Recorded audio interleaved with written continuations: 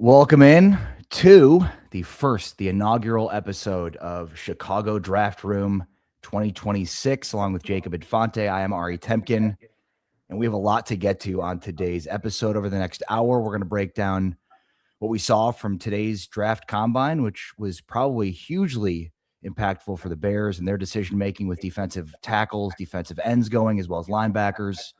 We'll recap kind of the 25 season, the magical 25 run for the Bears, and where their holes are, where the roster looks, and all the attention that's the Bears are garnering right now at the combine with news around trades and players that might be available. I don't know what's top of mind for you right now, Jacob. Yeah, I mean, I just getting to sit and watch day one of the combine. I mean, this is my favorite time of the year. I love just, watching the workouts and stuff like that and, comparing it to the stuff that I've seen on tape. And uh it's always a lot of fun. So the buzz for free agency is kicking up. We got our first player trade with, Tavondre Sweat to the Jets and Jermaine Johnson to the Titans. Things are only going to get even more exciting these next few days and weeks. So it's a fun time. It's a fun time of the year to be an NFL fan. That's for sure. Yeah. We are, of course, our Chicago Draft Room. Jacob Infante, Ari Temkin here on the Second City Gridiron page here on YouTube. If you're watching us there, make sure to give us a like. And of course, if you're checking out us on the podcast, make sure to give us a like there as well. All right, let's start with this magical 25 season that just ended. And I think, it's funny as we see, Ryan Poles and Ben Johnson at the combine. It's just like there's just a different energy right now to the Bears and a different confidence. And like it feels like it hasn't been that long since the season ended, but it's like it's right on time in order to pick up, like, just from the excitement of the end of the season and now to roster building. Like, this is the key, because we knew, as good as this team was, that they had major limitations, especially on the defensive side of the football. And so you were waiting for, in some ways, the season to end so you can get into draft prep to start rebuilding that defense. And I mean, I think that's where we pick it up here, because right now there's a ton of noise at the combine, a lot of talk with the Bears and things being leaked. I mean, it came fast and furiously today, Jacob, with, first news. I think that was on Wednesday around Tremaine Edmonds. The Bears are allowing him to seek a trade. And then, more reports came out today about, DJ Moore, Tyler Bagent, even Dexter. Anybody else? Did I miss anybody else that's being rumored to now be on the trading block for the Bears? Let's see. Yeah, Edmonds, Moore, Page, and Dexter. I mean, those are the big ones. Are more going to become available? I don't know, or at least be inquired about. I'm not sure, but yeah, it's kind of crazy how quickly the names just kind of started flooding in.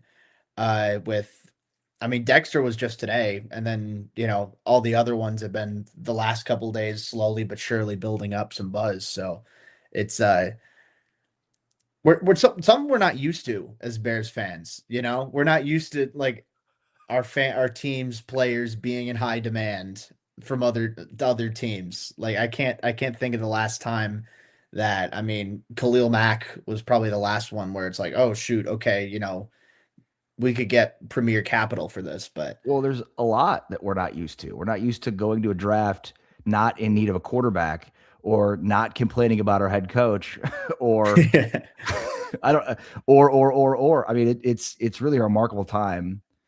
And let me ask you this, because it's obvious from a schematic change when you go from Eberflus, that defense, to a Dennis Allen defense. They just didn't have, one, the talent, and two, the personnel, to really fully run the defense that Dennis Allen wanted to run. And now you're also talking about a lot of players that predate Ryan Poles as well.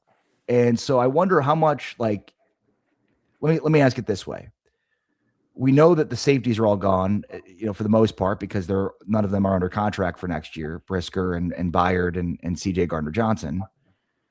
We know some of these guys are on the chopping block. Do you think that there's a want, and especially with Ben Johnson in that draft room, to draft more of their guys as opposed to keeping on to some of these guys that predate Poles or predate Johnson? yeah, I mean, I think it's definitely possible, especially on the defensive side of the ball. I mean, on offense, I think we started to see the Ben Johnson vision started to come to fruition here when, the last offseason when they drafted Loveland, they drafted Burden, Trapillo, and then, were as active as they were on the offensive line. So I think that we could definitely see more of that on the defensive side of the ball this go around. It's a good opportunity to kind of reset with, like you said, all the safeties slated to hit free agency. Literally nobody on an active contract right now, uh, which is it's a little bit intimidating. But I mean, it's nothing that you can't fix 100%. And I mean, Byard came off an incredible year in Dennis Allen's system. Maybe he gets brought back. Sounds like Brisker probably won't, but I think you're going to see a lot more in terms of, not just the D line, but, the secondary, the linebackers. I think, there are a lot of moving pieces here and there. So it's going to be interesting to me for sure. Where last year we got to see the offense being built in this, in Ben Johnson's vision. I think that now we're going to start to see the defense get built out in Dennis Allen's vision. And, whether I don't know exactly how much involvement Johnson's going to have on the defensive personnel. I'm sure he's going to have some sort of say in that, obviously. But uh, yeah, I think last year was a lot of holdovers. They created turnovers at an impressive rate for sure, but the down by down consistency and getting the defense off the field early on was definitely a struggle. So it's going to be exciting to me to see how they kind of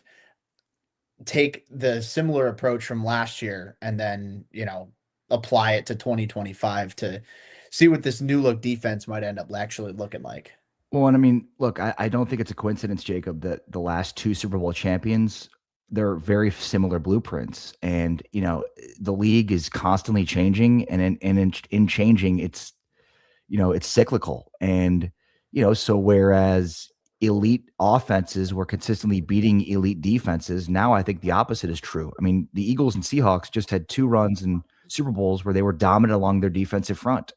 And, you watch the Bears this year, there was a lot of fun things they were doing, incredible things they were doing, but defense was not one of them. And especially when it comes to sacking the quarterback, they had 35 sacks, one of the worst numbers in the league. They were giving up 5 rushing yards per game. So, I mean, again, to your point that those were offset by interceptions, turnovers, that tends to not be a sustainable model year over year. And especially when you consider, like, again, just look at the last two champs. Like they were teams that got after the quarterback, and the numbers look, I mean, in the playoffs and the Super Bowl, especially, like those numbers were astounding. And the Bears defensive front wasn't anything close to resembling a team that could look like that. No, absolutely not. And I think a lot of it comes down to like the defensive line, the lack of top end value. Like we were talking before we went live here about they only have I think you put it best where you said they only have one, like true 3 down starter on that defensive line. They have a lot of situational guys. Austin Booker is a designated pass rusher off the edge. Javon Dexter is a designated pass rusher up the middle. Dio Dangbo is a designated run stuffer. They don't have like they have Montez Sweat. That's it as far as 3 down defenders go on that defensive line. So uh, yeah, I mean, I think comparing them to the Seahawks, especially, they had, 2 impact players with, Leonard Williams and Byron Murphy generating pressure up the middle. Demarcus Lawrence, Boye Mafe, Derek Hall off the edge. I mean, it's Waves of pass rushers. literally it was a loaded group this year, and I look, I don't think that's something that you're not gonna reach those heights Right. overnight. That's something they clearly have built up to year over year, slowly but surely with additions. But you can get closer with that. Say if you sign, if you make a splash at edge rusher in free agency, you draft a defensive tackle in round one. Uh, Maybe you draft another defensive lineman in round 3 or round 4 or something like that. I think that that would go a long way to keeping the defensive line fresh and having like different archetypes of defensive linemen uh who they invested like early draft capital in too. Like it's not just, they got lucky with the development of certain players. Like a lot of their guys were early round draft picks or they were, pricey acquisition veterans. Like Yeah. Leonard Williams they traded for on an expensive contract. DeMarcus Lawrence they paid decent money to.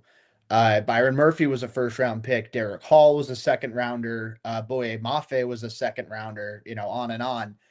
Uh, it's been something they've prioritized for a long time, and we haven't really seen a lot of that with the Bears. I mean, their heart was kind of in the right place with Grady and Dio, but Right. the execution just hasn't been there. Uh, I think Dio was one that I was sour on from the very beginning. I'm like, this isn't going to work out.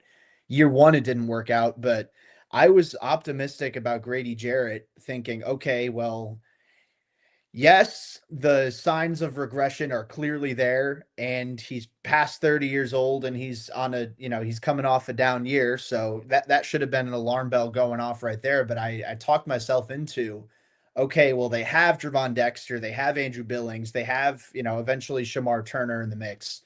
They have I thought they had a deep enough rotation to where they could rotate Jared in, keep him fresh, give him a lighter workload, but I turned out to be wrong. I guess the Bears turned out to be wrong too, then in a case where Billings was a liability. Dexter is a, one-dimensional player. Jarrett didn't, 2024 seemed to be more the same in 2025, where he was just kind of kind of just quiet. And then Shamar Turner, they eventually kicked him outside and then he got hurt. So, yeah, it was just a, rough year from top to bottom for the Bears defensive line. I think that just drafting is going to be key. You need to have consistent investment in young, high-end players, and I think now they're in a great position to do that because it's a really good defensive line class, both on the interior and off Yeah. the edge. Great point. Uh, and you already went through in the last couple drafts. You've got your quarterback. You've got some weapons in the passing game. You traded for. You made some moves for offensive linemen. You have a good unit up front. This is the time where you can afford to be pretty defensive heavy in that front seven. Yeah. So let's get into that side of it now. How confident should you be in Ryan Poles? Because I mean, look, there's some hits for sure, and we can obviously point to the trade that landed them Caleb and a boatload of picks and DJ Moore, and that's regardless of if he was just right place, right time or not. Like he executed that trade, and it was a damn good trade. But I mean, there's the Chase Claypool trade. There's the Deo signing. There's some misses there, particularly on the defensive side of the football too, especially in the draft. What is your confidence level right now in the Bears GM? So I'm definitely more confident now after Ben Johnson's been brought into the mix. I think that I trust his eye for talent more so than Matt Eberflus.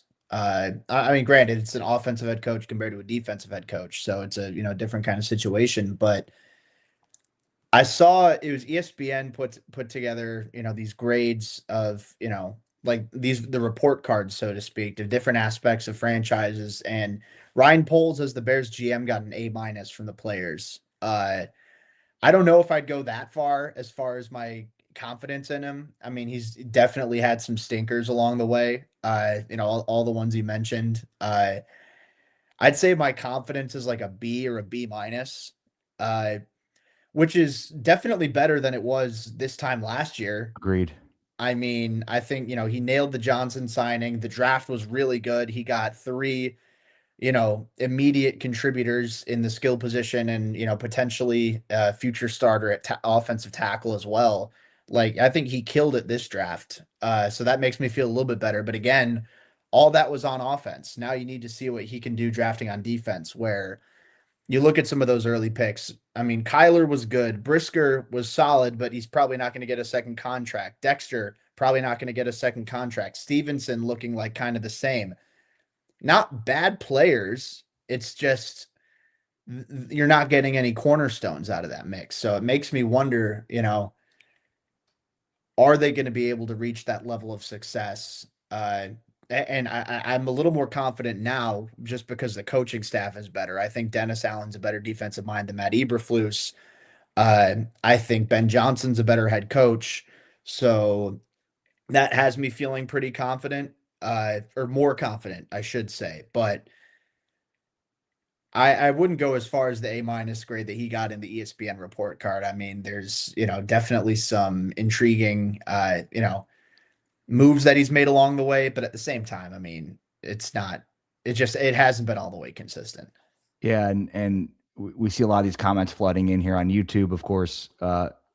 Thanks for checking us out here on the Second City Gridiron YouTube channel. Make sure to hit that like button, and we'll hit on some of these comments. And then also, if you're listening on the podcast, make sure to check us out there as well. Second City Gridiron Podcast, Chicago Draft Room, every Thursday night, 8 o'clock Central for this show with myself, Ari Temkin, and Jacob Infante. Okay, so I completely agree with you. I mean, the influence that Ben Johnson had in the draft room last year led to what could go down as one of the greatest drafts in the history of the Bears, especially from an offensive standpoint. If Trapillo comes back healthy, I don't think there's any question about that. With Burden and Colston and Trapillo, those three picks alone. But the defensive side, I mean, there's a lot of misses. Hippolyte, I mean, Turner, who knows about him? Frazier, who was a totally lost year for him. Even going back, I mean, was Tyreek Stevenson a good pick in the second round? So I guess I'm with you in terms of confidence with the coaching staff and the collective. I also I wonder too how much, Ben Johnson obviously knows offense, but how much does he know defense? And does Dennis Allen have that much credibility in terms of drafting that we can, be confident in his ability to draft? Because there's no question. Like, I love the idea of going for best player available. I think that is the right approach. But at the same time, like, you cannot take a wide receiver in the first round at 25 if Jordan Tyson's on the board or something, just for the Yeah. love of God, take best player available on the defensive side of the first round. I'm curious. So I always evaluate GMs in the draft this way, and that is, if you've got 7 picks, you need to hit on, obviously an average of 7 picks, 1 per round. You need to hit on 1, 2, 3, and then if you hit one more after that, you're over 50%. That to me is a good draft. That's how I evaluate GMs. So you've had to have 4 good picks. Now they should be first, second, third round, right? You need to hit on a starter plus player in the first round. You need to hit on a starter second round. If you miss in the third round but hit in the fourth, I'm okay with that. I just think overall, if you're hitting 4 picks out of a 7-pick draft, that's pretty good. Now you can have 8 picks or 9 picks or 10 picks, but if you have 3 7th-round picks, right, the 50% is harder to hit. But if you just go boom, boom, boom, 1 pick in each round, which is what most averages would be. I mean, I don't know how good Poles has been overall in every draft. I think there have been some hits, some misses, but overall, I don't know that he's hit 50% enough drafts. Yeah, I mean, I'd argue that I'd argue he hit over 50% in 2025, but you look kind of past it. Uh, it starts to become a little murky from there, honestly, because going back to, 2020, what was it, 2023? No, it was 2022 that I was thinking of. And okay, yeah, you got Kyler Gordon, Jaquan Brisker, and Braxton Jones. That's That's three. Poles' first draft, right? That was Pole's first draft. Yeah. And then, those are, 3 solid picks. I'd say Braxton Jones was a good pick considering you got 3 years of solid starting play at left tackle as a 5th rounder. I mean, this year wasn't all that good, but I'd argue that was a good pick, but day 3 was just, credit to him. I mean, he acquired a lot of draft picks in like the 6th and 7th rounds, but they just didn't hit at all. Uh, Dominique Robinson was probably the best day 3 outside of Braxton Jones, and it's like, okay, he's your 4th, 5th best edge rusher. Right. 2023, I mean, kind of the same, like I mentioned with Dexter and Stevenson. Darnell Wright was really good in the first round. I think his first round hit rate has been really good. But again, Dexter Stevenson, I don't think either of them are going to get second contracts with the Bears. Zach Pickens is already gone. He was the 64th overall pick. He's not even on the team. Day 3 didn't really hit on anybody there. And 2024, I mean, you probably hit with Austin Booker, but I mean, that was such a small draft class where you had Caleb Williams, Roma Dunze, and then, you took Amagaji, who hasn't been much of anything. You took a punter in Torrey Taylor, he's been solid. He was an upgrade over Trenton Gill, but is that, Right. Is Worthy a of so draft capital. yeah, I'd are you also argue that the jury's still out on Roma Dunze as a top 10 pick. Oh, yeah. No, I'm with you for sure. Like, it's clear he's a talented player, but I think that, this year he was off to a tremendous start this year, but, he's definitely slowed down, and then with injuries and stuff like that, I don't think he's lived up to that billing of being the number 9 pick in the draft, just yet. I mean, I think he totally can turn it all around, Agreed. or at least build off of what, the flashes he's shown, but it should be more than just flashes, you know? Yeah. Like, it's something to where uh, you need to be getting like a true wide receiver one type. So I'm with you 100% of the way. There's still, if you're going by that 50% hit rate, just Poles hasn't been able to do that. Yeah. No, I mean, probably maybe his first draft and definitely in 25. But again, it kind of depends on Trapillo coming back healthy. But if he does, then that's a big time draft. The other thing I'll say just on the receiver position is because we were here, I would be very cautious about trading DJ Moore, making him expendable from the standpoint of, yeah, he's limited. And, there's certainly some questions, but the dude is there every single week. And the best ability is availability. He doesn't miss games. He doesn't miss time. He never misses. Dude plays. And like, there's a history here with the Dunze where, okay, if you get like you think you have depth now in the offseason, but you get into season and you get to a situation like what was it, the Packers? What game where it was like it was all Moore was all they had? I think it was the Packers, yeah. Yeah. And then you had like Jade Walker coming Yeah. in as wide Yeah. receiver Yes. The too. Packers. Yeah. Exactly. So it's like, almost as an insurance policy. The dude just doesn't miss games. He's always out there. And to me, that's like with all the limitations, give me a guy that's always on the field. Yeah, and I keep going back and forth with more because I mean I'm 100% with you. I think that the availability is a huge plus, and the insurance policy of okay, if Luther gets hurt or if Rome gets hurt, or what if they don't make as big of a jump in Right. 2026 as we might anticipate, then at least you have DJ Moore who is going to be reliable. Uh, the only thing I'm concerned about is the price for what you're paying for that. I think that if you're Fair. like say for example, if the Bears trade him, uh they'd save $15 million, and whatever team they trade him to would be taking him on at a $15 million salary. I'd love a player like DJ Moore on a $15 million salary. Like that's again someone who's going to be available pretty consistently, someone who's gonna who can make big plays and who's a strong insurance policy 100%. I just have concerns now where his production, it fell in 2024. It got even worse in Yeah. 2025. And even with playing the entire season, he still had the lowest receiving yards in his entire career. And I think where I keep going back and forth, he's going to be 29. So it's not like, at 29, it's not like, oh, his career's for sure over. Like Right. you see, receivers contribute after they're 30. But I just have some pause, to No, where totally. I don't like I don't love the trajectory it's going for how steep the price is. In an ideal world, I mean, maybe the Bears do end up restructuring him, to free up the cap and alleviate his hit this year, and then free up some space and keep him around for another year. I'd be fine with that.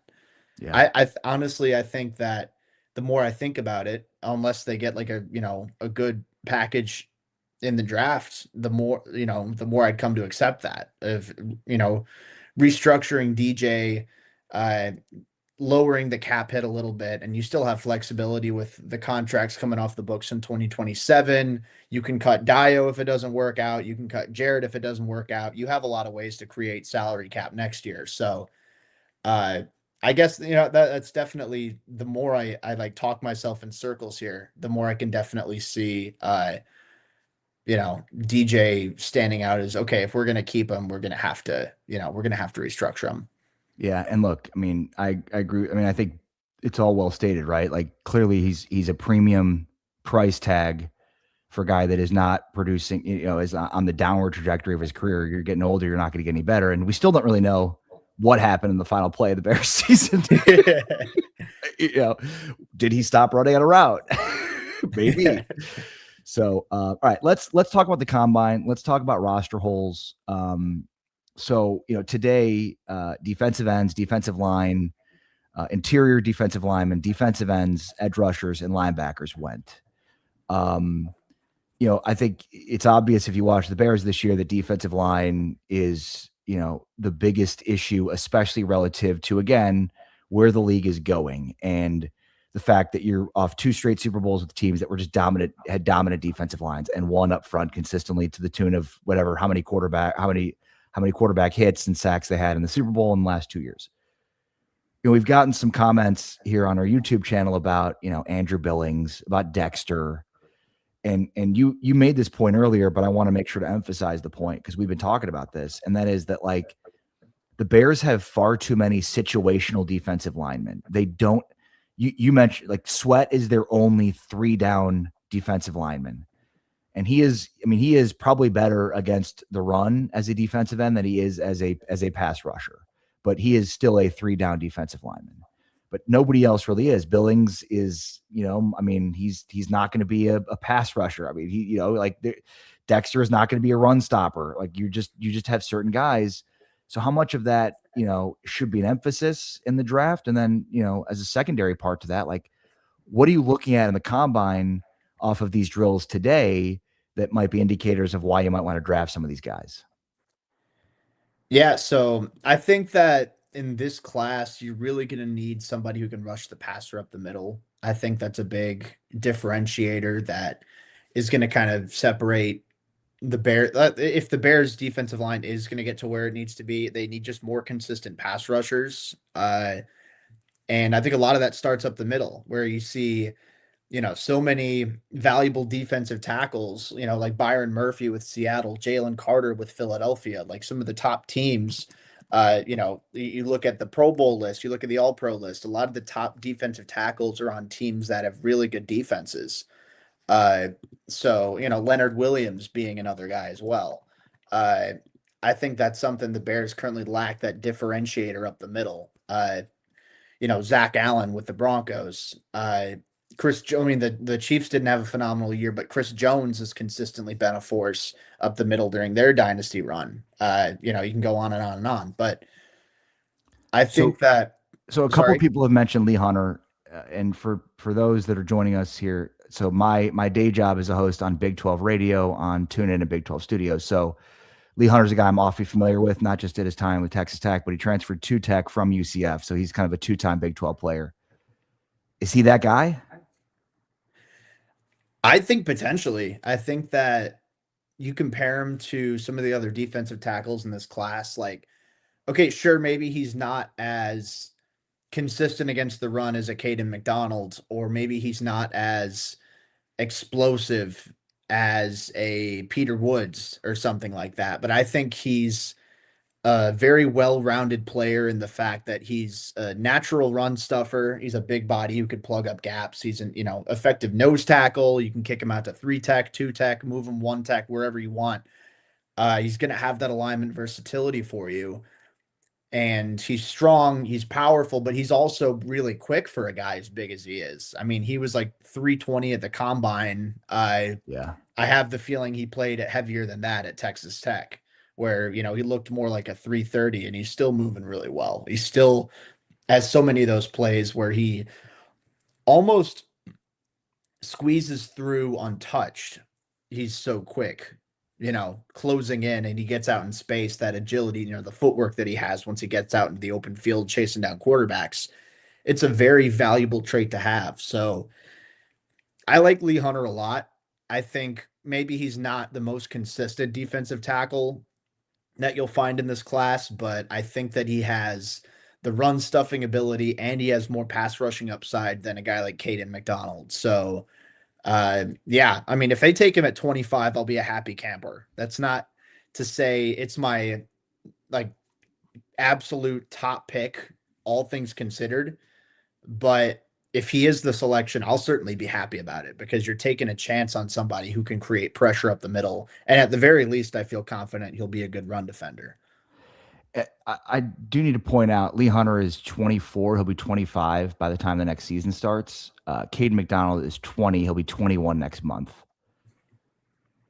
Whatever. I mean, that's for some reason that always comes up because of Leonard Floyd in my mind. But I don't know. I mean, does that to you say anything about like can McDonald develop into a pass rusher or is he just what he is? I don't know. And then is 25 a reach for Lee Hunter, or do you think that that's okay? Because it feels almost like Hunter seems to be, and maybe he does end up becoming a first round guy. I haven't seen his what he did today to see if he gets into the first round, but it feels like he's more of like a 30 to 35 pick range, which maybe it's not too much of a reach, but it feels like you're taking him too early at 25, but no chance you're going to get him in the 50s. Yeah, no, 100%. He's someone that, he was not going to be there with that second round pick. And I honestly, I'm with you 100% of the way. I have him 31st on my board right now. So it's not too much of a reach. I mean, if he's your guy, take him at 25. Yeah, yeah. And I mean, so I have him, it's D tackle 5 on my board. So he's not not the top of the list, that being Peter Woods out of Clemson, but I think that depending on, okay, maybe there's a run on defensive tackles in the late teens and early 20s. There are a handful of teams that could go down that direction. Uh, if you want to talk yourself into betting on the upside with Hunter, which I think you certainly can, and with McDonald, because I know you mentioned that too. Like I think he's going to be a very I think he's going to be a very good run defender in the NFL. His youth certainly plays well to his advantage. I think he's a more technically sound than Hunter, despite being younger.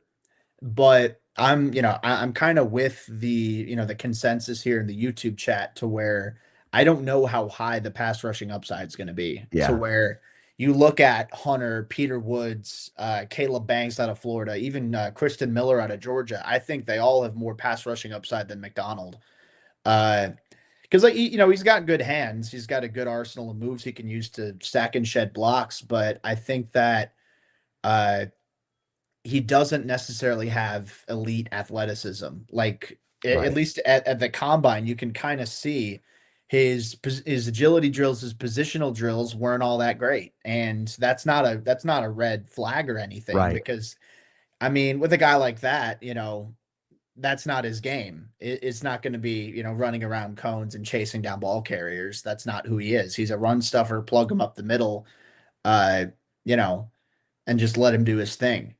So McDonald, I think he'd need to get a little bit quicker in order to unlock potential as a pass rusher. I think, there's still a little bit of inexperience where he was a rotational guy in 2024 and he barely played in 23. I mean, that's just the nature of the beast playing for Ohio State. Like Right. that's probably the toughest defensive line to get playing time on in the nation pretty consistently. So I think part of that you can chalk up to experience. But yeah, I think McDonald, if you go down that route, you're settling and being like, hey, this guy's really going to be a good run defender, but I think the interior juice up the middle on passing downs is still going to be lacking. Peter Woods is my guy. Like if he's at 25, to me, it's a no brainer. 100%. Do you think he will be? I don't know. I don't know. I have some hope because his arm length wasn't very good at the combine. His measurements fell. I mean, and I say that not to be surprised because you watch length isn't his strong suit. It's more the quickness in his hands, the technique that he brings, as well as the quickness and the stout frame. It's not so much, oh, he's got longer arms than everybody. He locks them out, keeps them at bay, and then disengages. It's more, how active his hands are and the placement in his and the timing in his movements. So Mm, Woods is definitely my top choice if he's available. I think that some teams might overthink the arm length. At yeah. least that's my hope as a coming in with the Bears slant because I think Woods has the best chance to be a 3 down contributor pretty quickly in the NFL. Whereas McDonald, I think, he's going to be a run defender early on. When is he going to put it together as a pass rusher? And you could say the same about, some of the other top D tackles in this class. But Woods, I think, has the potential to be a three down guy. So if he's there at 25, I'd I'd put it at like a 50-50 chance that he's there truly because I mean you see like Daniel Jeremiah has him in the early 30s, Dane Mm. Brugler I think has him I think a little bit higher. I'd have to go back and check, but somewhere around the range of he could be an option for the Bears. Uh if he's there, I'm taking him. So I'm with you. I'm with you in that Woods is my guy for sure. Would you prioritize defensive tackle at 25 over defensive end? Obviously, like it depends on who it is, right? But I mean, just all things being equal, if you've got two guys that you like, would you prioritize the defensive tackle over defensive end right now? I probably would. Yeah. I think that you compare some of the edge rusher talent to the defensive tackle talent. I think there are more guys that you can trust as a good scheme fit for Dennis Allen. Whereas, if you're going off the edge, there's no guarantee that Akeem Mesidor or Keldrick Falk are going to be there at 25. Cassius Howell is probably too small to fit into the base 4-3 defensive end that Dennis Allen likes. So you're looking at probably TJ Parker, Zion Young, uh, R. Mason Thomas again a little bit on the smaller side. I don't know if he's going to meet that threshold. I think there are more good fits at defensive tackle. I also think it's the bigger need than edge rusher. So yeah, I mean, I'd value defensive tackle more than edge rusher at 25. If they go off the edge, I certainly wouldn't complain. Like if they go with Parker, or they go with Young, or Mesidor falls, or even if Keldrick Falk ends up falling, I'd be happy with that. But yeah, I more often than not, I'd probably lean defensive tackle towards that pick. Yeah, I tend to agree. And I think to your point, like it feels like the top end of the D tackle room is like it's very good, but also like there's just a longer list for defensive ends. Like this is a really good edge rushing class. I think I read one scout said they think there'll be 8 edge rushers that come off the board in the first round, which Wow. I think would equal the record set in the draft that had Solomon Thomas and Taco Charlton and TJ Watt. Yeah. So, I mean, which it's not just, I think, the top end guys too, first round guys. Like this thing goes deep when you look at some of these guys. I mean, you and I were talking about a couple of these pass rushers from UCF, Nigel Kelly and Malachi Lawrence. I mean, Romello Height at Texas Tech, it's probably a second round pick. And that's a guy that's like a pure edge rusher, big time athletic freak. Not much against the run, but just a big time, edge rusher. I mean, I'd be good with a lot of these Texas Tech defensive players. I'd love for Jacob Rodriguez to be a pick for the Bears late in this draft. I think Oh, that me guy, too. he is just he finds the ball. He is so good against the run. David Bailey he's going to be a top 5 pick, but I'd love him in the Bears uniform. So yeah, I think when you look at that, it was a record setting Texas Tech defense. And there are a lot of guys I think that could help the Bears. Any other positions that you think should be a focal point for the Bears in this draft that maybe we aren't thinking about right now? Well, I mean, I definitely think, the defensive line in general, whether it's D tackle or edge, I think those should Take be the multiple hits at that one. Like just go absolutely. fishing. And that's where Yeah. like trade a lot of guys and get draft capital and let's go. Yeah. I mean, just shoot like, the more the merrier up front, honestly. So, I agree with J2K Designs in our YouTube chat says middle linebacker. And, I'm with him there. I think that you got to see the off ball linebackers at the combine at the tail end there earlier today. I was impressed by the group that I saw, honestly, and it helps that Sonny Styles, put together one of the best combine performances from a defender of all time, and Arvell Reese was also nothing short of incredible. It's But almost like Ohio State has good players. I know it's crazy. Imagine that.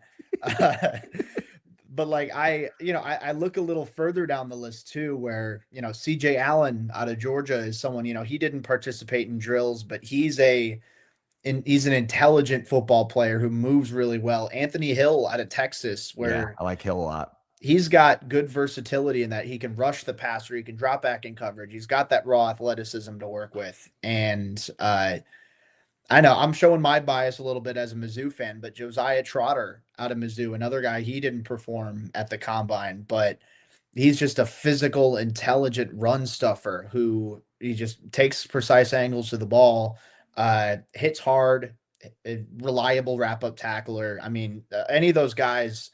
I mean, Allen's probably more of a first round pick, but Trotter or Hill on day two, Jacob Rodriguez, if he's there in the third round, I'd be very happy with. Jake Golday from Cincinnati, a big dude. I mean, if you want a Tremaine Edmonds replacement, I think that Golday can do a lot of the things Edmonds can do, and for way Mm. cheaper. Again, he's a bigger dude, like 6'4", 6'5", close to, I think, around 240 pounds, and he can move pretty well for such a big guy. Uh, I mean, and obviously I know as well, but uh, he's someone where I think someone's going to take a pretty high chance on him just because of the tools. And even smaller guys, who are quicker, like Kyle Lewis out of Pittsburgh, really impressed me today at the combine. He's been a favorite of mine in like that late third round, early fourth round kind of range. And Caleb Elam's-Orr out of TCU is another guy where I liked the tape, but I think he ran even faster. He, ran, it was a 4.47 Yeah, officially, sub 4.5. Yeah. where I mean, I loved the motor that he had. He was a good tackler on film. I didn't expect he was going to run that fast. And when you see a guy who can run that fast, like I try not to, overreact to the combine too much to the point of, oh, well, so and so ran fast, I'm going to jump them up, 3 rounds in one day, because usually you can kind of tell that sort of thing. But every once in a while, you get, maybe one or two guys per position class, where it's like, huh, they really ran a lot faster than I was expecting, or they looked a lot more fluid in positional drills than I was expecting. Maybe I should, go back and increase their, you know, you know, either increase their grade, or, what I prefer at least is to go back and watch with a more open mind of, hey, knowing that he athletically can do this, what are we looking like as far as maybe there's more upside to watch with? So Elam-Zor was one of those guys for me to where I loved his upside as a special teamer from what I saw from him on tape, the tackling, the effort, the angles that he showed in pursuit. But to see him run as well as he did, and to see him move as well as he did in, change of direction drills at the combine, and, the bag drills and stuff like that, he was another guy that I'm like, all right, I thought of him more as like a, fifth or sixth round type of guy. Maybe you look at him in the fourth round now, something like that. Yeah, no, great call. Also getting, I mean, Josiah Trotter's a stud. I mean, he's a thumper. Dude is going to hit you. I worry about his ability in coverage. Same with Jack Kelly, who J2K Designs brought up on our YouTube channel. A guy that I watched very closely, a thumper, but another guy that I worry about in coverage. Here's a name though that is very intriguing for me, and I'm curious where you have him, because I think you said you evaluated 400 players so far. Yeah. So let's say I'm at technically 403 now, because Wow. I have two more I need to watch tonight before the combine. So But what, yeah, they're next day at combine workouts. But yeah. Utah linebacker Lander Barton. He's another one of the big linebackers, 6'5", 240 pounds. Yeah. He also played on offense. Like he had a decent amount of receptions for Utah this year, which might be because Utah had no receivers, but also might be because he's just athletically on a different level.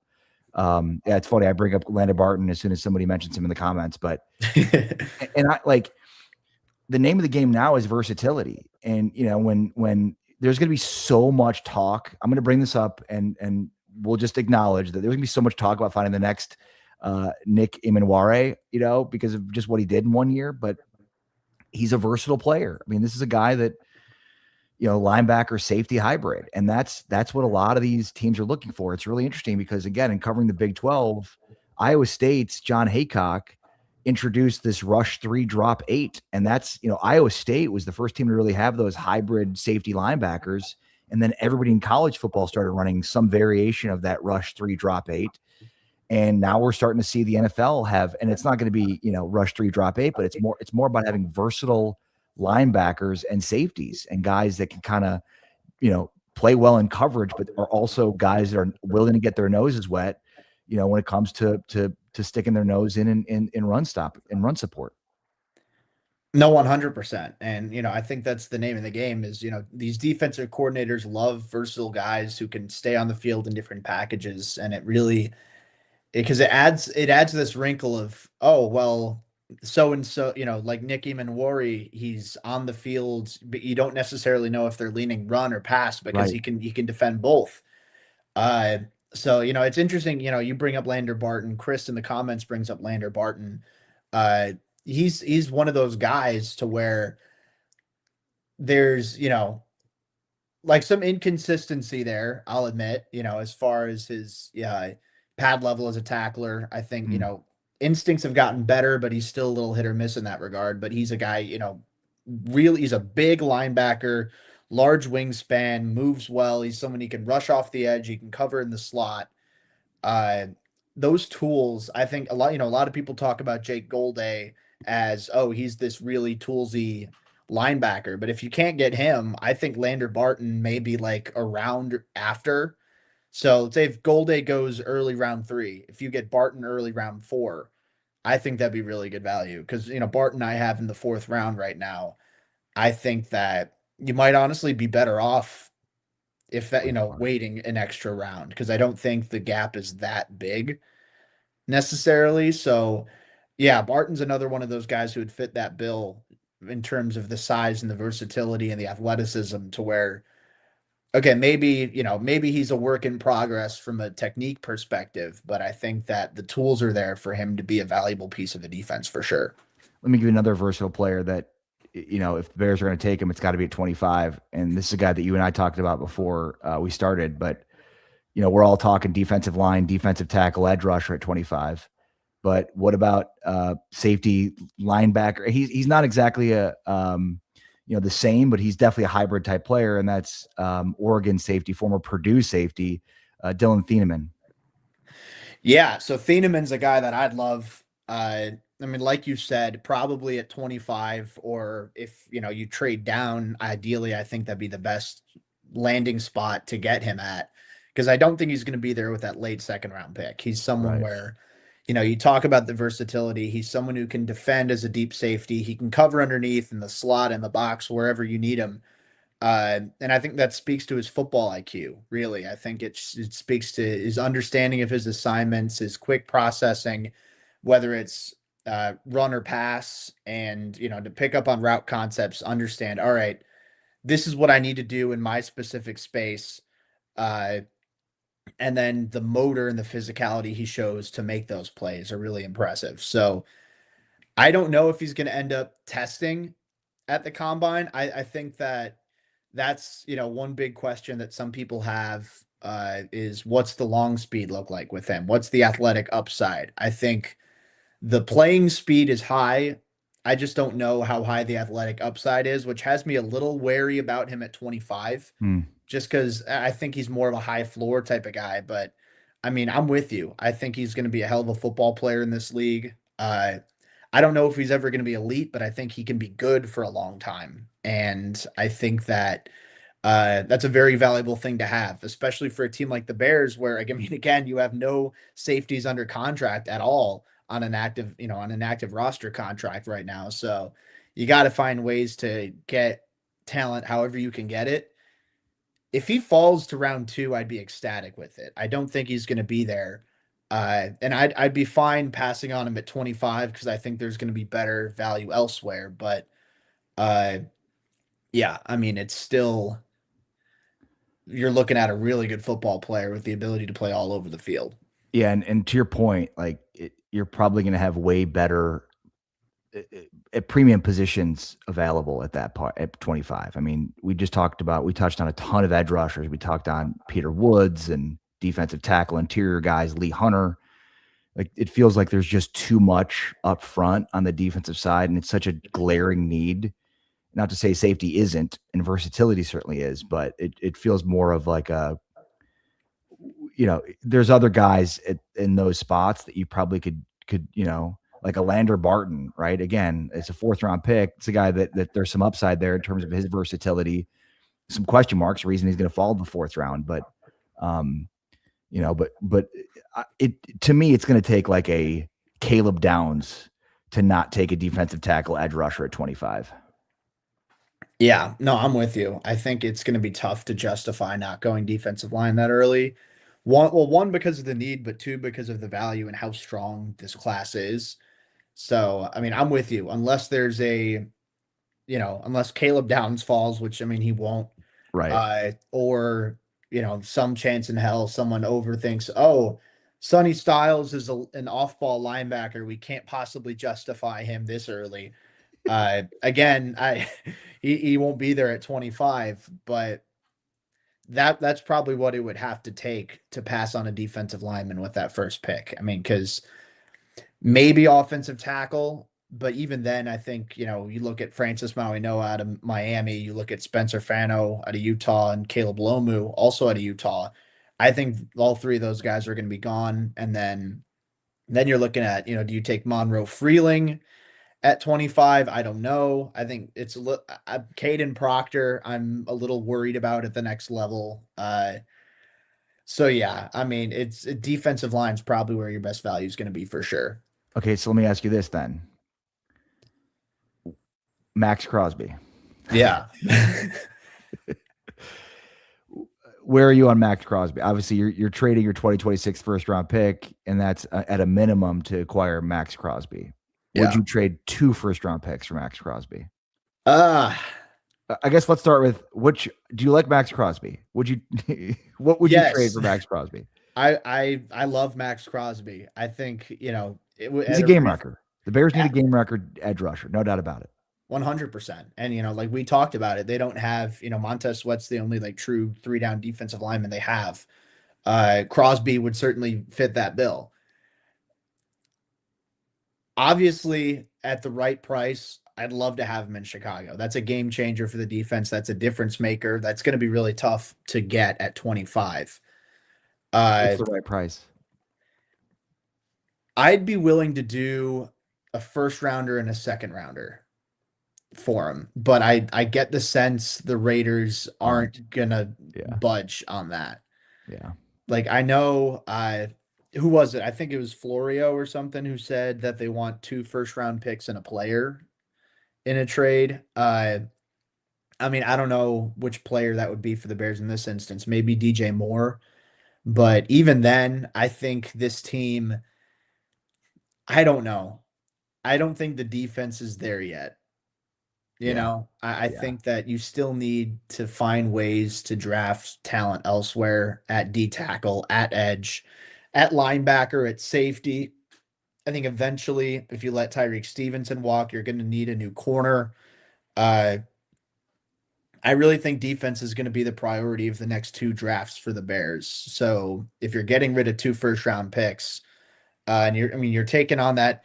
I don't have as much of a problem with taking on the salary cap for it. It's just, again, for someone who's going to be turning 29, I think you're probably going to have, 2, 3 really good years out of Crosby, and then, you start to drop off a little bit after there.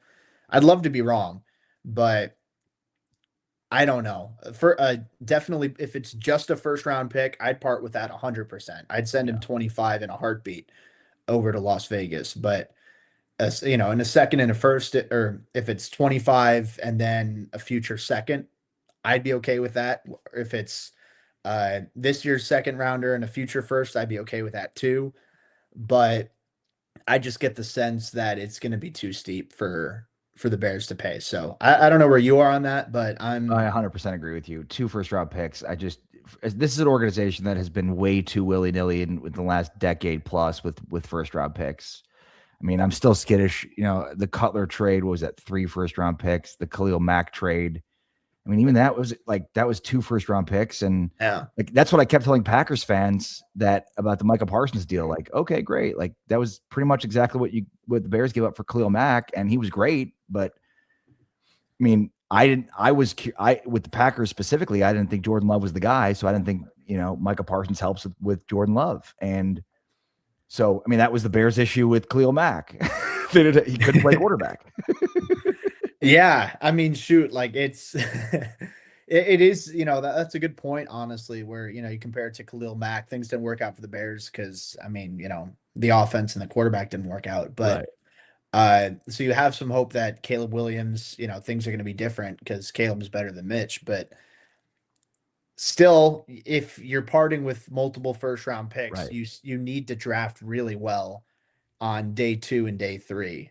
Like, that's why the Rams have been as good as they have been for as long as they were, because they weren't afraid to trade first round picks and premier draft capital because they knew that they were going to acquire great players and they had faith in their scouts to draft well, which they have. Uh, You're right. and we were talking about it. I don't know if we can say the same for Poles, at least from a consistency perspective on day 2 and day 3. Round 1, he's been fantastic so far. Round 1, he's looking like 3 or 4, maybe 4 for 4, depending on how Odunze does next year. But day 2 and day 3, the hit rates are a lot less. Yeah, and honestly, with previous GMs, when you look at some of these first round picks and how bad some of those misses were, Gabe Karimi, Chris Williams, Oh, there's some bad, there's some oh bad man. ones.